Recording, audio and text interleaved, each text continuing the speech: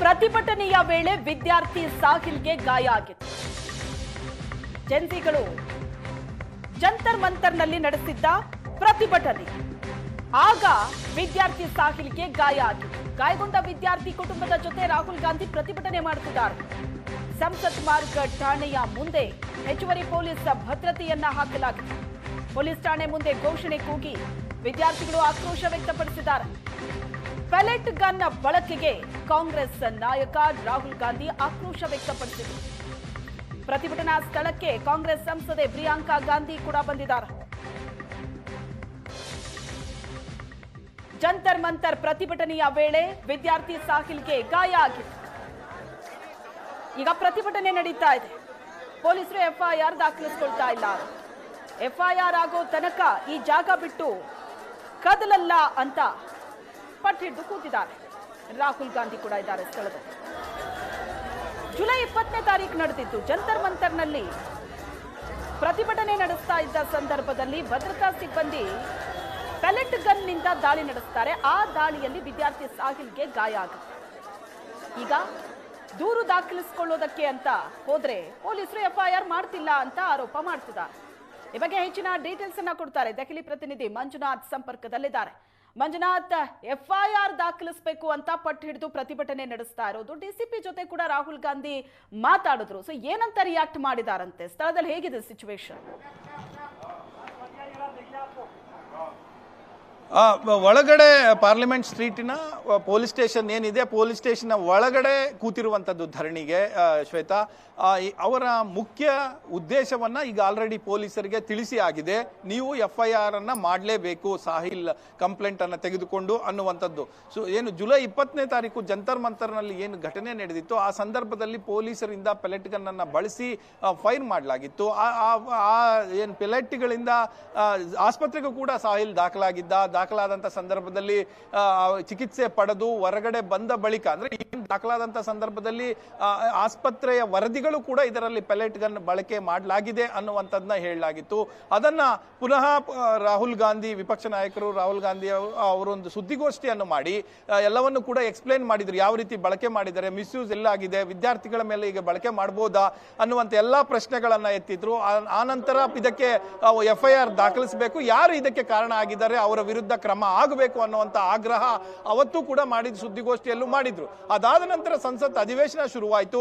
ಅಧಿವೇಶನದಲ್ಲಿ ಒಳಗಡೆ ಇದರ ವಿರುದ್ಧ ಧ್ವನಿ ಎತ್ತಲಿಕ್ಕೆ ಸಾಕಷ್ಟು ದಿನಗಳು ನಡೀತು. ಅಂತಿಮವಾಗಿ ಕೊನೆ 2 ದಿನಗಳಲ್ಲಿ ಸರ್ಕಾರ ನಾವು ಇದರ ಪರವಾಗಿ ಉತ್ತರ ಕೊಡ್ತೇವೆ ಅನ್ನುವಂಥದ್ದಾಯ್ತು. ಅದು ಮತ್ತೊಂದು ಡ್ರಾಮಾ ಶುರುವಾಯಿತು. ನೀವು ಉತ್ತರ ಕೊಡ್ತೀರಾ ಕೊಡಲ್ವಾ ಅನ್ನುವಂಥದ್ದು, ಅವ್ರು ಕೊಡ್ಲಿಲ್ಲ ಅನ್ನುವಂತ ಆರೋಪವನ್ನು ಇಟ್ಕೊಂಡು ಕಾಂಗ್ರೆಸ್ನವರು ಕೊಡ್ತೀವಿ ಅಂದ್ರೂ ಅವ್ರು ಬರಲಿಲ್ಲ ಅನ್ನುವಂತ ಆರೋಪ ಇಟ್ಕೊಂಡು ಬಿಜೆಪಿ ಅವರು ಸಮಯ ವ್ಯರ್ಥ ಆಯ್ತೆ ಹೊರತು ಸಂಸತ್ ಅಧಿವೇಶನ ಅಂತೂ ನಡೀಲಿಲ್ಲ. ಸೊ ಅದಾದ ನಂತರ ಅದು ಅಲ್ಲಿಗೆ ನಿಂತೋಗಿತ್ತು. ಆದ್ರೆ ಇವತ್ತು ಪುನಃ ಯಾಕೆ ನೀವು ಎಫ್ಐಆರ್ ಮಾಡ್ತಿಲ್ಲ ಅಂತ ನೇರವಾಗಿ ರಾಹುಲ್ ಗಾಂಧಿ ಅವರು, ವಿಪಕ್ಷ ನಾಯಕರು, ಇಲ್ಲಿ ಪಾರ್ಲಿಮೆಂಟ್ ಸ್ಟ್ರೀಟಿನ ಪೊಲೀಸ್ ಠಾಣೆಗೆ ಬಂದಿದ್ದಾರೆ. ಇಲ್ಲಿನ ಏನೋ ಉನ್ನತ ಅಧಿಕಾರಿಗಳ ಜೊತೆ ಕೂಡ ಮಾತುಕತೆಯನ್ನು ನಡೆಸಿದ್ದಾರೆ. ನೀವು ಕಂಪಲ್ಸರಿ ಎಫ್ಐಆರ್ ಅನ್ನು ದಾಖಲಿಸಬೇಕು, ಯಾರು ಇದಕ್ಕೆ ಕಾರಣ ಆಗಿದ್ದಾರೆ ಅವರ ವಿರುದ್ಧ ಕ್ರಮ ಆಗಬೇಕು, ಅಲ್ಲಿಯ ತನಕವೂ ಕೂಡ ನಾವು ಇಲ್ಲಿಂದ ಕದಲುವ ಮಾತೇ ಇಲ್ಲ ಅನ್ನುವಂಥದ್ದನ್ನ ಕೂಡ ರಾಹುಲ್ ಗಾಂಧಿ ಅವರು ಪೊಲೀಸರಿಗೆ ಬಹಳ ಸ್ಪಷ್ಟವಾಗಿ ಹೇಳಿರುವಂತದ್ದು. ಇದರ ಜೊತೆಗೆ ಕಾಂಗ್ರೆಸ್ಸಿನ ಕಾರ್ಯಕರ್ತರು, ಹಲವಾರು ನಾಯಕರು, ದೆಹಲಿಯ ನಾಯಕರು ಎಲ್ಲರೂ ಕೂಡ ಅವರಿಗೆ ಸಾಥ್ ನೀಡಿರುವಂತದ್ದು. ಈಗಷ್ಟೇ ಪ್ರಿಯಾಂಕಾ ಗಾಂಧಿ ಅವರು ಕೂಡ ಬಂದು ಏನೋ ಈ ಪ್ರತಿಭಟನೆಗೆ ಜಾಯಿನ್ ಆಗಿದ್ದಾರೆ. ಈ ಎಲ್ಲವನ್ನೂ ಕೂಡ ಏನು ನೀವು ಎಫ್ಐಆರ್ ದಾಖಲಿಸಿದ ಹೊರತು ನಾವು ಇಲ್ಲಿಂದ ಕಾಲು ತೆಗೆಯುವುದಿಲ್ಲ ಅನ್ನುವಂತ ಮಾತನ್ನು ಪೊಲೀಸರಿಗೆ ಹೇಳಿರುವಂತದ್ದು. ಇದು ಎಲ್ಲಿಯವರೆಗೂ ಹೋಗುತ್ತೋ ಅನ್ನುವಂಥದ್ದು ಕಾದು ನೋಡಬೇಕು. ಪೊಲೀಸರು 2 ಸರಿ ಏನು ರಾಹುಲ್ ಗಾಂಧಿ ಅವರನ್ನ ಒಳಗಡೆ ಕರೆಸಿಕೊಂಡು ಎಕ್ಸ್ಪ್ಲೈನ್ ಮಾಡುವಂತದ್ದು ಎಲ್ಲವನ್ನು ಕೂಡ ಆಯ್ತು. ಆದ್ರೆ ಈ ತನಕವೂ ಕೂಡ ಏನು ರಾಹುಲ್ ಗಾಂಧಿ ಹೇಳ್ತಾ ಇರುವಂತದ್ದು ಏನು ಅಂತ ಅಂದ್ರೆ ಎಫ್ಐಆರ್ ದಾಖಲಾಗಬೇಕು, ನಾವು ಅಲ್ಲಿಯವರೆಗೂ ನಾವು ಇಲ್ಲಿಂದ ಹೋಗೋದಿಲ್ಲ ಅನ್ನುವಂಥದ್ದನ್ನ ಹೇಳ್ತಾ ಇದ್ದಾರೆ. ಆದ್ರೆ ಪೊಲೀಸರು ಇನ್ನೂ ಅದರ ಕುರಿತಾಗಿ ಯಾವುದೇ ರೀತಿಯ ಅಧಿಕೃತ ಮಾಹಿತಿ ಹೊರಗಡೆ ಹೇಳ್ತಾ ಇಲ್ಲ. ಏನು ಎಫ್ಐಆರ್ ದಾಖಲಿಸ್ತೀವಾ ಇಲ್ವಾ ಅನ್ನುವಂಥದ್ದು ಇನ್ನೂ ಪೊಲೀಸರು ಹೇಳ್ಬೇಕಾಗಿದೆ ಶ್ವೇತಾ.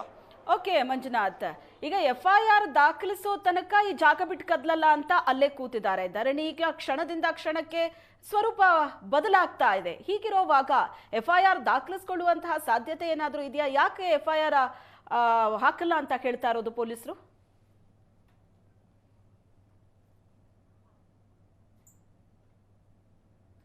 ಬೇರೆ ಬೇರೆ ರೀತಿಯಾದಂತ ಕ್ರಮಗಳು ಇರ್ತವೆ. ಅಂದರೆ ಒಂದು ಪ್ರಕರಣ ನಡೆದಾಗ ದೂರನ್ನ ಕೊಟ್ಟಂತ ಸಂದರ್ಭದಲ್ಲಿ ಈ ರೀತಿ ನನಗೆ ಅನ್ಯಾಯ ಆಗಿದೆ ಅನ್ನುವಂಥದ್ದನ್ನ ಹೇಳುವಂಥದ್ದು, ಜೊತೆಗೆ ಅದಕ್ಕೆ ಸಂಬಂಧಪಟ್ಟಂತೆ ಸಾಕ್ಷಿಗಳು ಎಲ್ಲವನ್ನು ಕೂಡ ತೋರಿಸಿ ಆದ ಮೇಲೆ FIR ಅನ್ನು ದಾಖಲಿಸಬೇಕು. ಆದರೆ ಈ ಕೃತ್ಯ ನಡೆದಿರೋದು ಪೊಲೀಸರಿಂದಲೇ ಅನ್ನುವಂಥದ್ದು ಬಹಳ ಮುಖ್ಯವಾಗಿರುವಂಥದ್ದು. ಯಾಕಂದ್ರೆ ಪೆಲೆಟ್ ಗನ್ ಅನ್ನ ಬಳಸಿ ವಿದ್ಯಾರ್ಥಿಗಳ ಮೇಲೆ ಪೆಲೆಟ್ಸ್ ಅನ್ನ ಹೊಡೆದಿರುವಂಥದ್ದು, ಇದು ವಿದ್ಯಾರ್ಥಿಗಳ ಮೇಲೆ ಯಾವ ಸಂದರ್ಭದಲ್ಲಿ ಹೊಡೆದ್ರಿ ಅನ್ನುವಂಥ ಎಕ್ಸ್ಪ್ಲನೇಷನ್ ಕೊಡಬೇಕಾಗತ್ತೆ.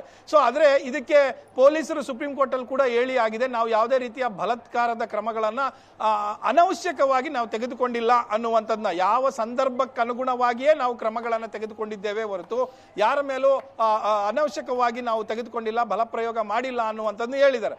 ಆದರೆ ಈ ಪೆಲೆಟ್ ಗನ್ ವಿಚಾರವಾಗಿ ಇನ್ನೂ ಕೂಡ ಏನು ಯಾವುದೇ ಹೇಳಿಲ್ಲ. ಆದರೆ ಪೆಲೆಟ್ ಗನ್ ಯಾವಾಗ ಬಳಸಬೇಕು ಅನ್ನೋದು ಕಾನೂನಿನಲ್ಲಿ ಬಹಳ ಸ್ಪಷ್ಟವಾಗಿ ಹೇಳಲಾಗಿದೆ.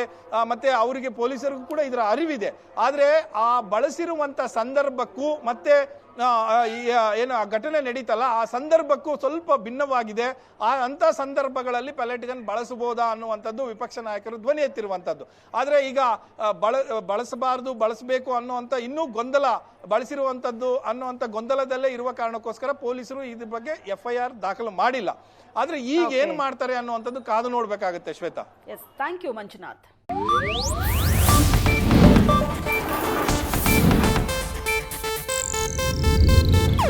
ಇದು ಏಷ್ಯಾನೆಟ್ ನ್ಯೂಸ್ ನೆಟ್ವರ್ಕ್ ಪ್ರಸ್ತುತಿ.